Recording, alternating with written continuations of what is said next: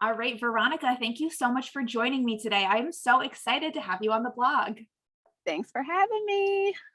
So first thing I ask everybody, tell me your name, your title, and the company you work for. So I am the company that I work for. I am the traveling vegan cannabis writer. I travel around and write about cannabis.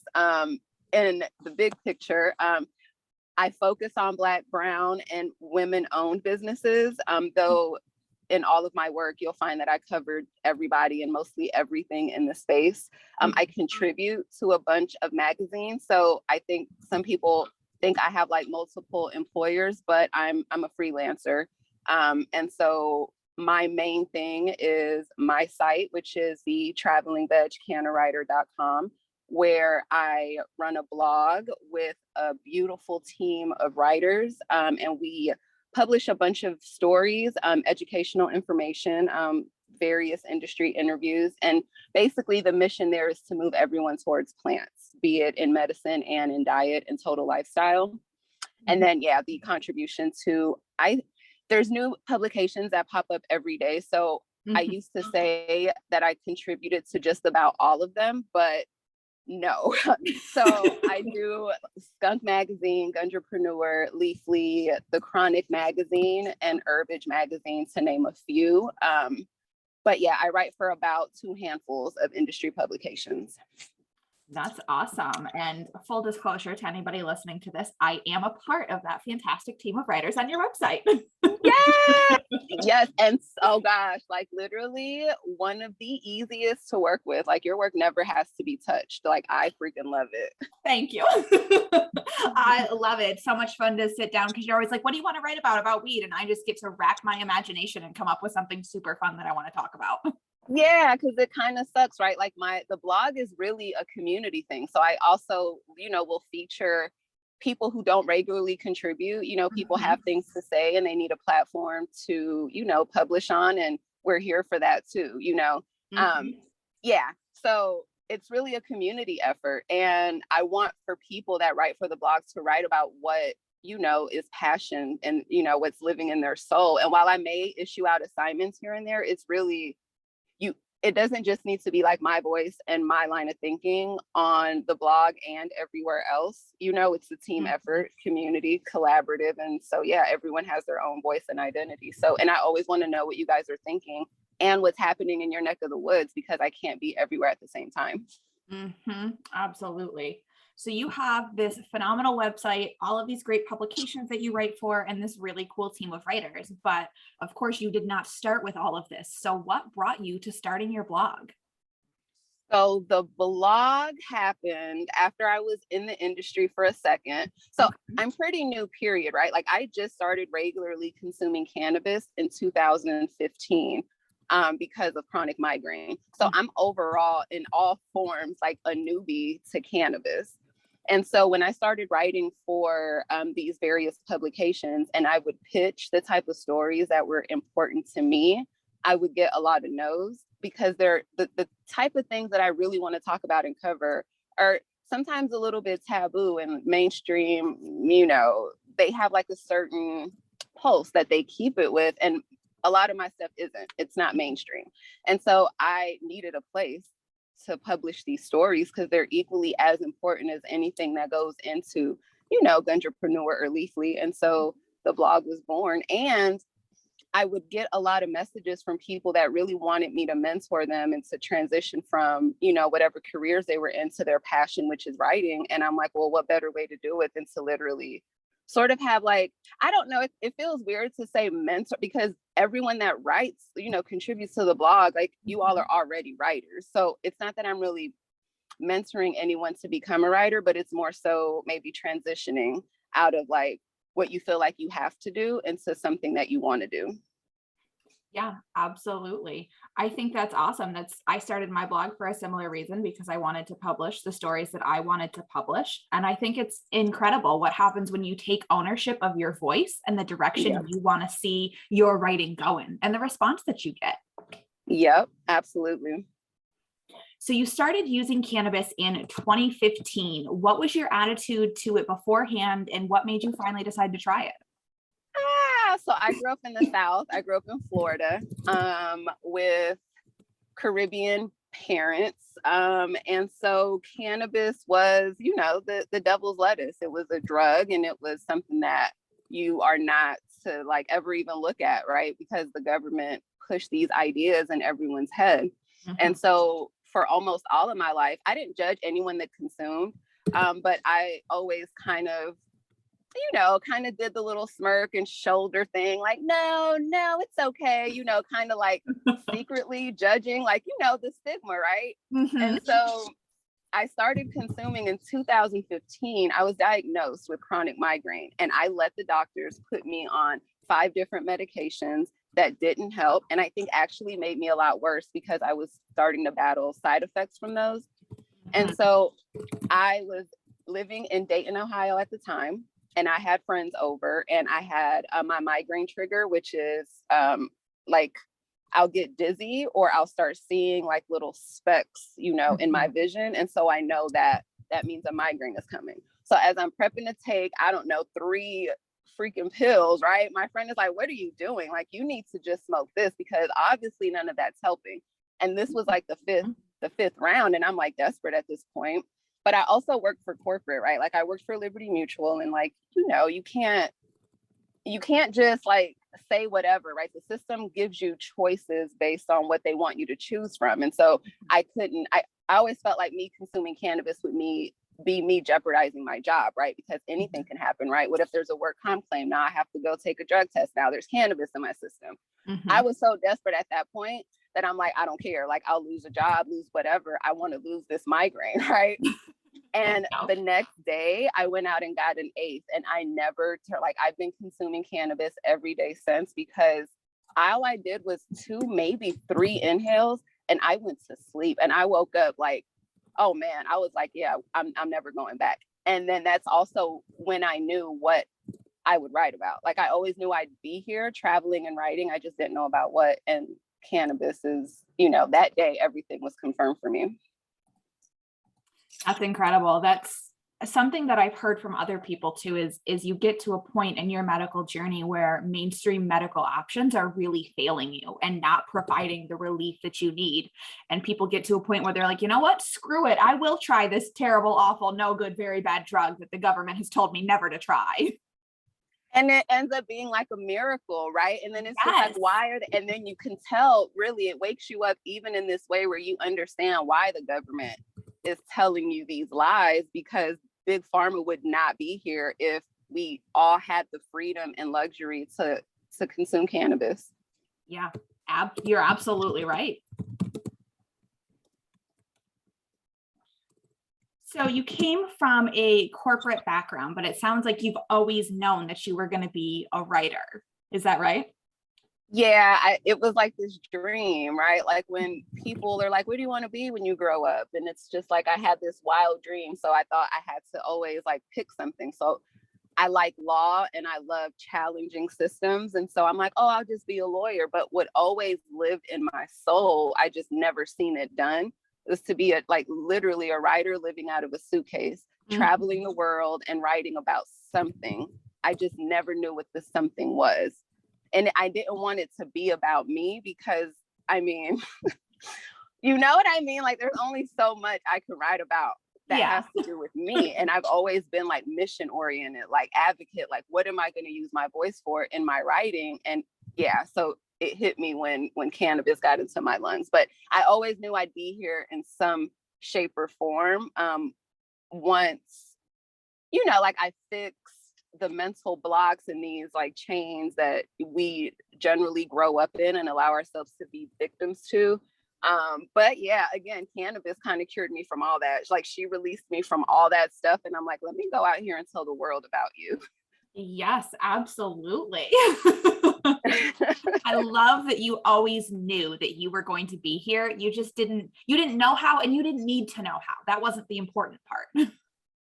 No, and you know what's crazy? I'm finding a lot now that I needed to go through the exact journey I went through. Like it wasn't meant for me to get out here and do any of this until now, because we complain, and I don't know everyone's situation. For me, I complained so much, like every day, about like, why am I doing this? Like, who grows up and says that they want to be a claims adjuster and investigate injuries and argue with attorneys all day? But it taught me, so it was like school, so much so that the reason I'm able to juggle and handle like all the things that come with what I do is because of that. Like I had like the best training through corporate. I'll give them that much. Yeah, it's funny how once you leave corporate and you start to do something on your own, you look back and then you're able to see what you gained from that experience, because you can't see it when you're in the middle of it. You're too busy living through it. Yep, exactly. So now that you have been in the industry for a bit and this year alone, how many states have you been to? It's got to be a ton. Oh my gosh. Like, I'm going to create this list. I'm working on my final project and I think I hit the most I've ever hit, like visiting wise. Like I've driven through all of them minus Hawaii and Alaska, but to actually visit and spend time and meet people, this was a really active year. And I'm so grateful too, because we started out like really still like pandemic, like lockdown and scared and all of that. But the community really, like lovers of cannabis, really, like we pulled through. Like my sponsors still came through, people still hosted me, we were all being careful, and this year was a really magical year for me and who I call like my tribe of people. This was a really solid year. I love that. So what have you seen this year that is getting you really excited for the industry and what's coming next, if you had to pick one thing? People get so mad at me, right, when I say this, but so I went to the Emerald Triangle, and if there's one thing that I want out of federal legalization, right, which I have mixed feelings about, but if we're going to go there and we're going to do that, what gets me excited is the idea that California can still be like our Mecca, that California can still grow, right? Because there are states like Florida, and I know Florida gets so mad at me, but Florida shouldn't be growing cannabis, right? Florida can only grow indoor, and like we just should not have indoor cultivation in Florida. Earth is really upset, and we just shouldn't be growing in places where it doesn't make sense to grow. Florida is one of those places. So with federal legalization, depending on how that's going to work, I'm excited to hopefully see that California can be a supplier of cannabis for places like Florida, right? Where New York is definitely going to be the freaking consumer Mecca. I'm so excited about that, right? Because we're not seeing that yet. New York is like, look, it's legal. So consume where you can consume, where it's legal to smoke tobacco, it'll be legal to smoke cannabis. And it should be like that. But it makes me happy because I also don't think in places like New York City that there should be indoor cultivation. So if they're not getting their cannabis from upstate, which I hear has like their own little like Emerald Triangle like region, then it should be coming from California. Like we should be growing where it makes sense. And what I'm excited to see is that I think people are realizing this more and more. And with federal legalization, if we can like really open up these borders to see where like we can save Earth, like cannabis can save Earth, but the laws are making cannabis hurt Earth, right? So I want to see us growing cannabis in this country the way that we have been with California, supplying most of the country, because it's not hurting the planet. It's actually contributing to the planet to grow up there. So that's one thing that if anything, federal legalization and the possibility that this will be what we can do. Yeah, absolutely. I think the possibility of interstate commerce just opens up a whole new door to what it means to have legal cannabis. The idea that, somebody in Ohio or in New York could order weed from from California, get it shipped to their door. I mean, that's inconceivable right now. Seriously. Yeah. It would be phenomenal. And I like that you said it would really put the emphasis on growing cannabis where it is environmentally sustainable to do so. Yeah. And I always preface, I'm like, oh, Florida gets so, because I'm from Florida and I get it, but I care about Earth. Like Earth is mad right now. Like we're in a place where we can't reverse what's going on. And a lot of our kids, if we don't pull it together, they're not going to have an Earth to play in. So it's like, we have to like start making sense of this. And then two, there should be hemp growing everywhere, because hemp can also help us like save, or, things like that, but we'll get into it later. Yeah, absolutely. We could spend a whole separate hour on growing hemp and the manufacturing of hemp and the supply chain for hemp, but we won't get into that right now. So conversely, I think you touched on this a little bit, but what is something that you see going on in the cannabis industry right now that really needs to change?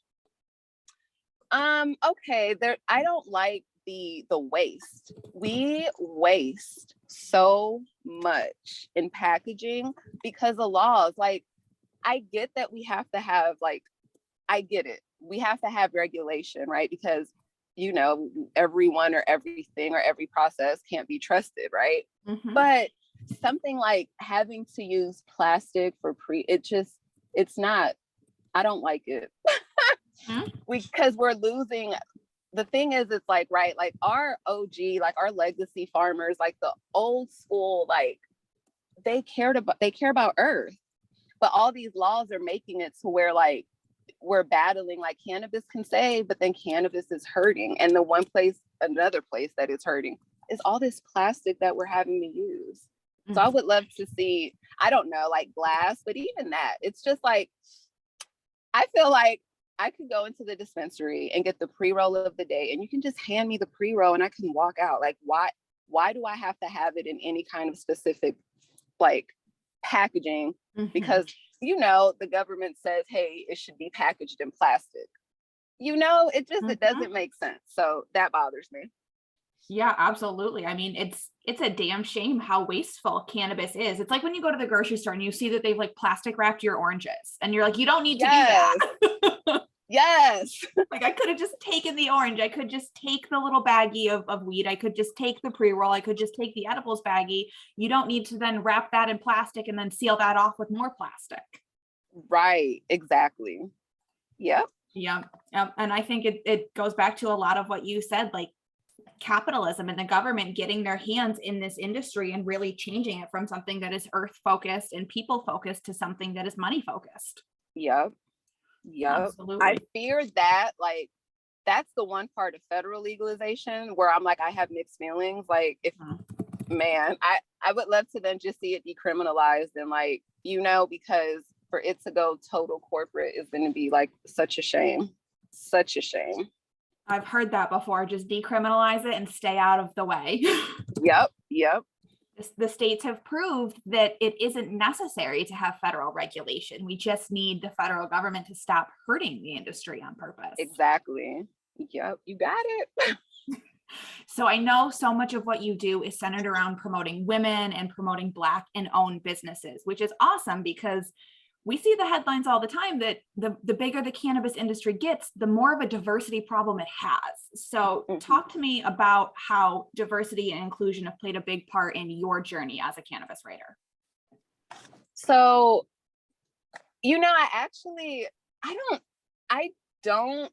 I can't recall the day that I just like knew that this would be such an emphasis on my mission, right? Like, I'm obviously like a Black woman. And so, but I never had I don't come from a family that has had any run-ins with the law when it comes to cannabis or anything like that. I started traveling and I went out west. So I left Ohio and went straight over to California and Oregon and Washington and got lost in the industry up there. And the headlines, I think it just like the headline started to get on my nerves, right? Like there was one that was like how CBD, makes me a better mom. And the thought that I had was, well, I wonder how many like Black fathers cannabis helped make great fathers, but instead of being able to tell this part of their story, they're having to tell the part where they were like locked up because they were consuming cannabis or had anywhere in their pocket or just anywhere on their person. And so I think it was born from like that, where I'm like, someone needs to get out here and cover Black, brown, and women owned, right? Because, and then too, like, it's like the mirror, right? Like Black, brown, I'm a woman, like I'm one of just a handful in cannabis. And I decided that my platform would be better served if I become a part of, the community that wants to elevate like my people. And I say that and people are like, oh, well, like I have white sponsors. I write about white companies. Like I have absolutely no problem with that. My blog is very supported by white owned brands, but they're allies. They fully understand my mission and they're like, let me help you get out here and tell these stories. And so it really is community effort. But yeah, like I really felt like what was missing was someone dedicated to Black, brown, and women owned in the industry. And so I don't know. I think I just decided, and here I am. Mm-hmm. I love that you saw this need and you were just like, well, this is what I do now. This is what I've been waiting for. Yep. And then, and then I'm also an Aries, and it's just like, and sometimes because people were concerned a little bit, right? Like, oh, well, people, you might stop getting published. Some of these like bigger publications may not want to publish your work. And you just have to believe like what's for you is for you. And then if you want my name in your publication, right? Because I'm like, one of the things I specialize in is SEO. So if you have an online publication and I'm contributing to your, like you're going to rank when people do Google searches. And I started being like, well, if you want my name in your publication, then you're also going to want to publish some of these stories that I need to tell. And it's just how I operate. And really, it wasn't that I wasn't paired up with the right publications, because when I started approaching it like that and I started hearing a bunch of yeses, I'm like, oh, I think I was really focused on like High Times for one, which I'm not anymore because my voice just isn't for them. And I have no interest in changing it. I just won't be published in High Times.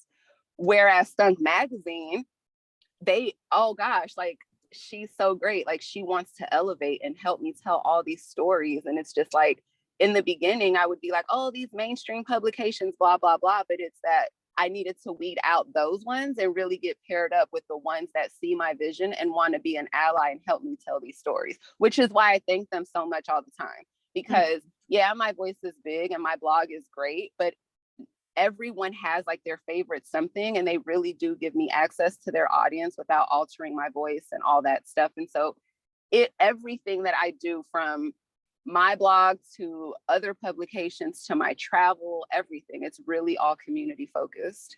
Mm-hmm. I love that as you were focusing in on this and you were dialing down to this, you didn't let those other publications change your voice or try to influence how you were writing. Because I think as a new writer, it can be really easy to get a couple of rejections and think, well, this is my voice, I need to change it, I'm the problem. When really, like you said, you might just not be aligned with the right publications. Yep. And that's the one thing, like, that's why I empower like the contributors of my blog. Like, I want to know what you guys want to talk about. And what I edit is mostly SEO. I don't like having to touch how you guys are expressing, because it's you guys expressing. Like, it's a stage, right? Like the article is the stage and those words are you guys up on that stage, and no one's editing that kind of stuff real time. And so I don't like it done to me. And so when I absolutely don't have to, I absolutely don't do it. I think that's really important because for new writers, there can be a lot of insecurity around their voice and whether their voice is good enough or appropriate for these publications. And it takes somebody like you to say, it is appropriate, it is good enough. And maybe these publications don't deserve you.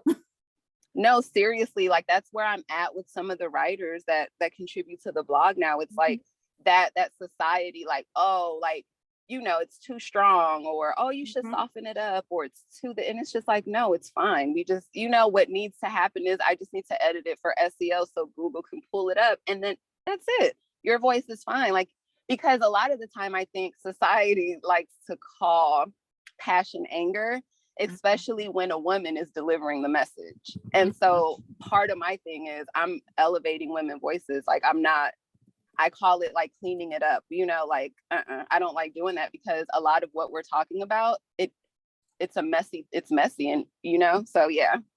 Yeah, absolutely. You make a really good point there. People do tend to call passion anger when you're looking at a woman. Mm-hmm. So as you've gone on this journey, what is something that you are really proud of that you might not get to share a lot? Oh gosh. I feel like I share so much. And I think that's like why my following is so like, they're really tuned into everything. You know what? I haven't talked a lot about this because I move around so much, but I'm partnering with Ganjaprenuer. We already partnered, I guess, where we're doing a cannabis and music series. Oh. So I just did Jakua, Lil Wayne's cannabis company and brand, where I go on site and do the production and cultivation tour, and I interview their leadership. And so they were the first ones. My goal is to get Monogram in the mix next, which is Jay-Z's cannabis branding company. And the reason I'm going, obviously, Lil Wayne and Jay-Z, or I don't know, I shouldn't say obviously. For those that don't know, these are my two absolute favorite on the planet from, I don't know, as long as I can remember listening to radio.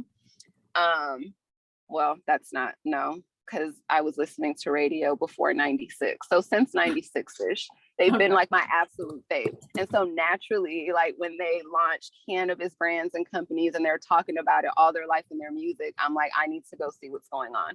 So me and Ganjaprenuer decided that we're going to publish a series where I go around and do that, and then publish with them. That is incredibly cool.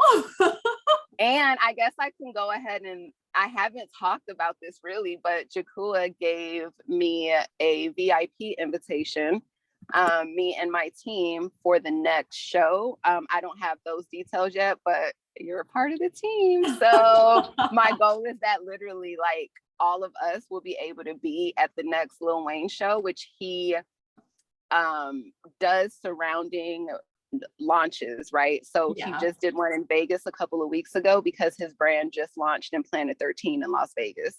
And so I'm thinking the next one will be Michigan.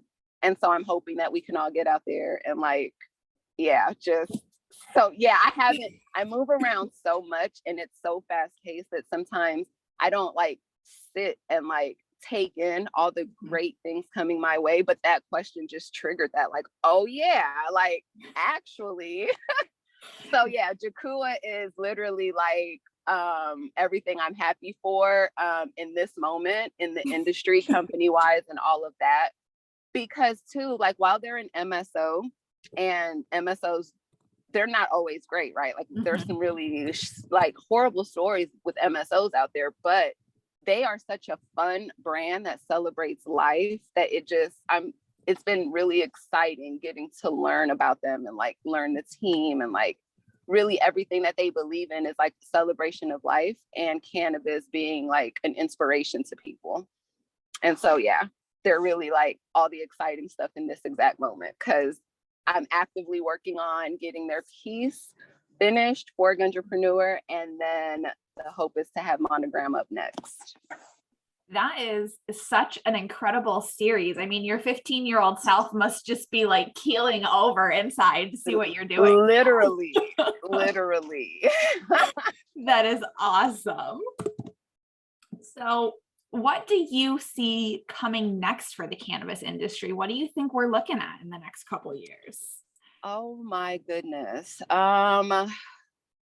It can go, I think really what we're looking at is, well, we hear it every year, right? Like this will be the year. Like earlier this year, we heard that we'll have it federally legalized by the end of 2020. There was like headlines going around, and obviously I don't think that's going to happen, right? But at least I'm so ready for us to decriminalize. I'm so ready for like Indiana. Like, what are you doing? Like, legalize already. Like these states that are like trying to ban smokable hemp. What are you doing? Like those type of things. I'm so ready to be like a thing of like 2 years ago. Like, let's move forward from that.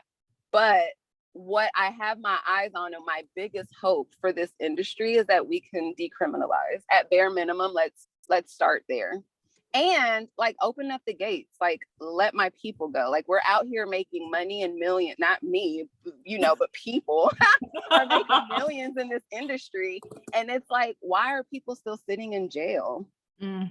Absolutely. I mean, I think if we are lucky enough to see federal decriminalization, then the next step absolutely needs to be release and record expungement. We can't decriminalize it and then allow these people to continue to sit in prison. They shouldn't even be there now. Seriously. And then people are like really nervous about, we can't let all those people go. Where are they going to work? And it's like Queen Sugar is a very beautiful example. The character on there, Ralph Angel, took over his dad's farm, and he created a program where people released from prison were able to go work on his farm and develop skills and have jobs. Like, that's such, so for the people like, where are they all going to work? Cannabis farms. Yeah. Who better, right? Like, they make like, let's start off with cannabis. Yeah.